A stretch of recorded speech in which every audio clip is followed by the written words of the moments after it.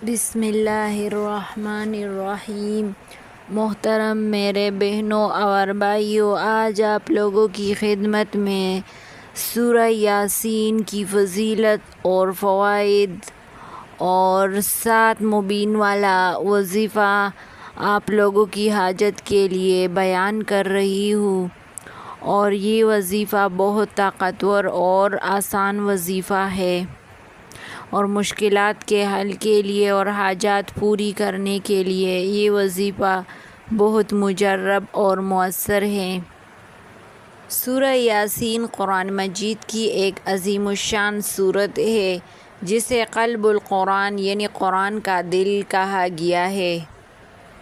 جو بندہ سورہ یاسین پڑھے گا تو اسے دنیاوی اور اخروی فوائد اور برکات حاصل ہوں گے۔ نبی کریم صلی اللہ علیہ وآلہ وسلم نے ارشاد فرمایا ہے، سورہ یاسین قرآن مجید کا دل ہے۔ جو شخص اللہ کی رضا کے لیے اس کی تلاوت کرے تو اس کے گناہ معاف کر دیے جاتے ہیں۔ نبی کریم صلی اللہ علیہ وآلہ وسلم نے فرمایا ہے، اپنے مردوں کے پاس سورہ یاسین پڑھا کرو۔ سورہ یاسین کی تلاوت سے دل کو سکون، بیمار کو شفا، رزق میں فراخی اور حاجات کی تکمیل ہوتی ہے۔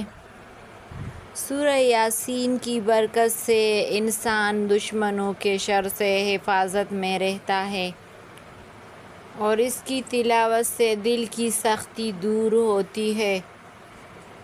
اگر کوئی بندہ مقروض ہو اور وہ سورہ یاسین پڑھے تو اس کی قرض ختم ہو جائے گی۔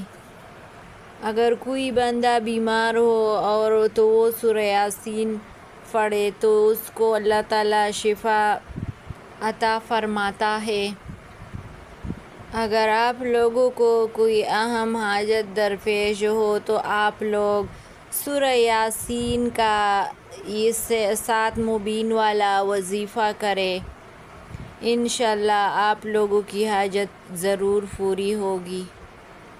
تو اس کے وظیفے کا طریقہ یہ ہے کہ سب سے پہلے باوضو ہو کر تنہائی میں پاک و صاف جگہ پر بیٹھے، اور اس کے بعد 3 مرتبہ درود شریف پڑھے، اور پھر بسم اللہ الرحمن الرحیم پڑھے، اور اس کے بعد سورہ یاسین 1 مرتبہ پڑھے۔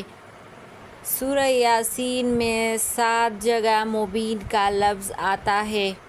ان 7 مبین پر خاص طریقے سے دعا اور وظیفہ کیا جاتا ہے، جو خاص طور پر مشکل حاجات، پریشانیوں، بیماریوں اور رزق کے حصول کے لیے مؤثر سمجھا جاتا ہے۔ اور مبین کا لفظ سورہ یاسین کی ان آیات میں آتا ہے۔